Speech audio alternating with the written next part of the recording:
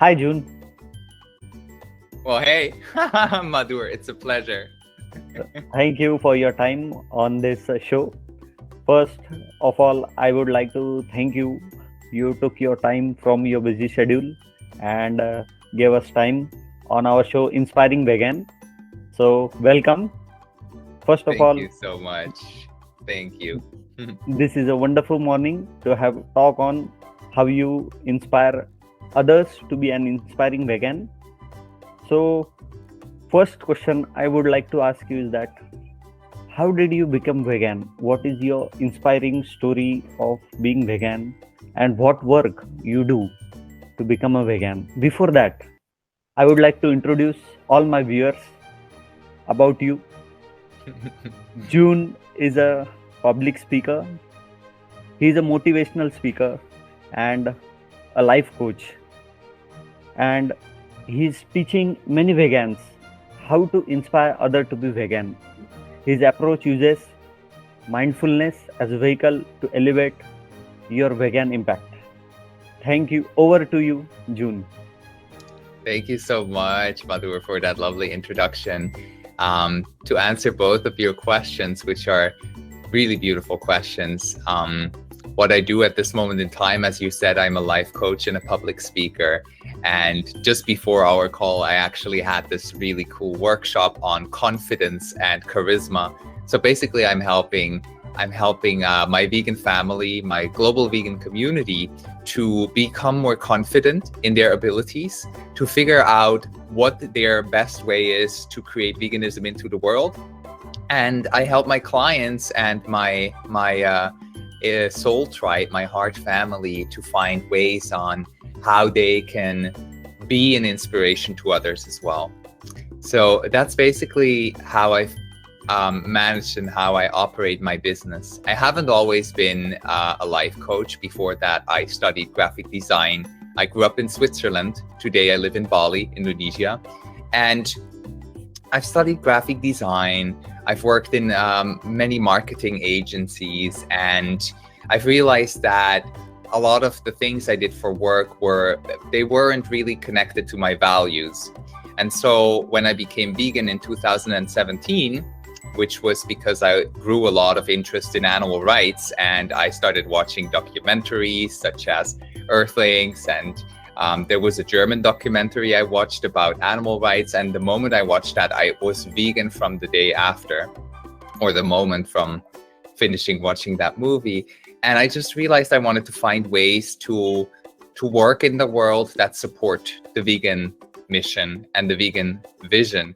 And that's why I started finding out where my own zones of talent and my brilliance can be shaped into a business. And that's how I ended up being a life coach for vegans and activists. That is so proud to hear. Before 2017, you were eating meat. How many times? Means you were prone to eat meat or no? Every day. So actually, I was vegetarian before I turned vegan for 2.5 years. Okay. So in 2014, I stopped eating meat. And in 2017, I stopped eating and consuming any kind of animal products. Before I turned vegetarian and vegan later on, I was working at McDonald's. Oh, it is a hub of non-veg. Oh my God, it was God, terrible. Back then, I had no idea what I was doing. I just worked there, and I supported it even. It was weird because they gave me a job, they gave me money, and I thought that's great, so I supported it, and I was eating meat and animal products every single day. I had health issues. My skin wasn't great. I was training badminton back then at the time. Today I'm a surfer. I love to surf, as you see the surfboard back there. But you're looking like a sunshine now. Thank you, darling. Thank you. I feel like a sunshine. Yes. A part of becoming vegan for me and becoming a healthy vegan, because you can also eat unhealthy vegan, but a part of it was also like I felt energetically more clean and more joyful through eating healthy plant-based foods. Yeah. So, how about you? Like, when did you turn vegan? How did that happen? Basically, I used to send my labor to collect the milk for me and my family. One day he was absent on my shop, so I had to go to collect the milk. So when I did go there, the milkman gave an injection, oxytocin injection, to the buffalo, and there were many buffaloes. And when she was taking time to milk, the guy hit the cow backbone very hard, and that time I felt that my backbone is gone if I would have eaten. So that that turned my mind, that turned my heart to be vegan, and I abandoned milk the same day, not the same day, the same second the guy hit the buffalo. And basically, I am Jain by religion, so we don't use honey also from my birth, not only my birth, my ancestors, and the origin of my religion is basically from that. We also don't eat fig and the plant-based fruits who are more prone to insects, where insects grows more. You can imagine a fig in which there are many insects growing. You can imagine brinjal, which are more prone to insects. So basically the feeling is from my religion, but religion does not matter. It matters how you train yourself, your mind and heart, to become better, to become more compassionate. That grows you. Not religion will grow you. What will grow you is your conducts. The more good conducts you take, the more virtues and worth you will invite near you. That's all for me. And one more thing, one more incident I would like to share. When I was in bachelor's, basically I am a B pharmacy, bachelor's in pharmacy and master's in pharmacy. So you might be knowing digoxin, digitoxin. You do you know digoxin, digitoxin? Detoxing, yeah. Digitoxin.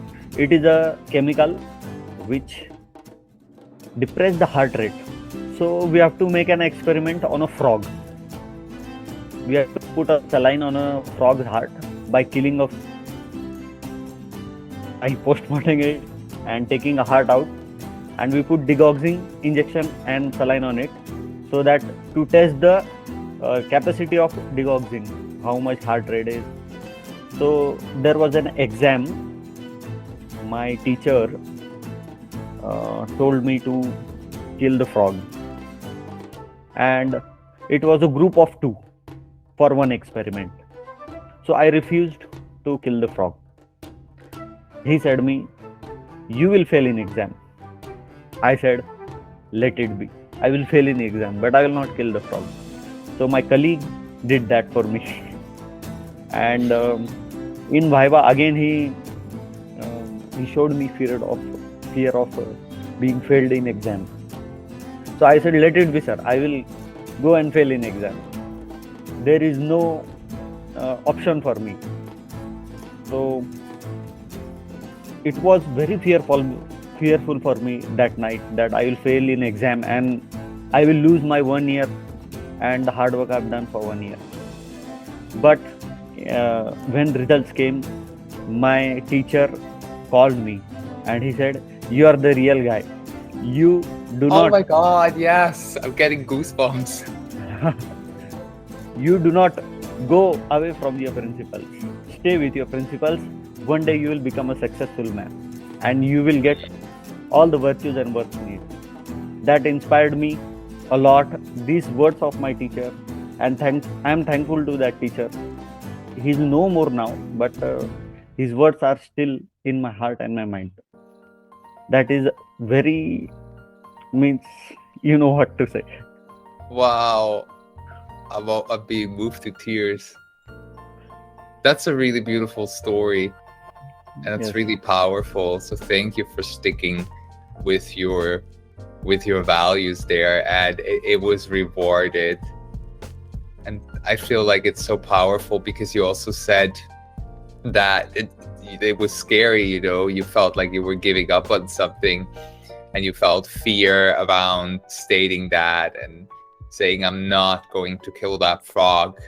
And I agree to that. When we awaken our values of compassion and love, we just have to stick with them. And if we don't do that, success will, move away from us, and love will move away from us. So, wow, thank you for sharing that, Madhur. Wow. Thank you. And I would like to tell all the vegan girls that you have a great opportunity to date Jun, because he is single, he is not married. That's not true. Not true. No, you're not married. I'm not married, but I'm not single. I'm in 3 relationships. But you're a public figure. You're a motivational speaker. Indeed. And it's really funny because, like, as I was just before our call here, I was hosting this call about confidence and charisma.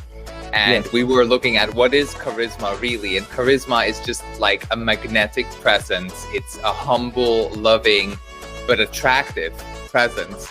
And just before, I also got a message on, not yours, but a message from another person on Facebook who asked me if I'm single. And I said, no, I'm not single. I have 3 relationships. I live a polyamory, which basically means I create very loving relationships to not only one person, but currently to multiple people. And for a lot of people, that's new and different. A lot of people think that's crazy, and I thought so too before, but now I feel like this is what feels right for me and feels right for them. So we're all honest with each other. We're all loving. I'm not married, but I have relationships with qualities of, what other people are looking for in marriage. So for me, trust, love, honesty, that's like the most important qualities. And I'm a queer man, so all of my partners are also male. So That's if good you're a girl, try it, message me, but you probably will not have a chance. Oh. That is good for long term. These values are good for long term. Indeed they are. That was really funny. That's why you asked me if I was married. I was like, why is he asking me if I'm married? Wow, cute. Are you single or are you married? No, I'm married. I have a girl child, and she is also practicing vegan. She loves animal. Beautiful. I have many screenshots about her. She used to take a. She used to go to animal house and play with some birds. She used to make feel good about birds, and she loves to visit zoos also because she loves animals very much. And here in our city we have a zoo. Actually, it is a garden, but it is like a zoo. So every Sunday or every weekend, I used to take her to the garden, and she feels very good, and she praises me for that. So how old is she, if I may ask? And she's vegan as well and healthy, obviously. Yes, she is very healthy, and fortunately, till date, I have not seen any hospital for her.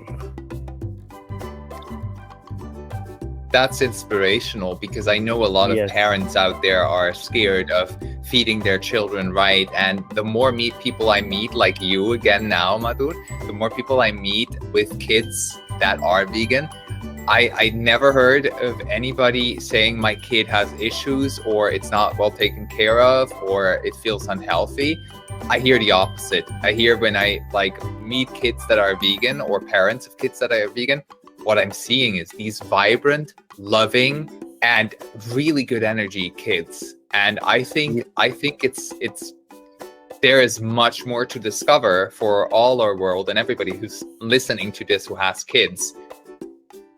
Like veganism is, I think it's far from a risk. I think not being vegan is much more risky, as research shows, the studies shows, the blood, the diabetes, the health conditions, everything is so linked to how we eat. And I think when we start at a young age, like your little girl with veganism, her body will grow up so much more healthy and will have less struggles later on if it has a balanced vegan diet, which basically means all the colors on one day. Eat a rainbow every day is what I always say.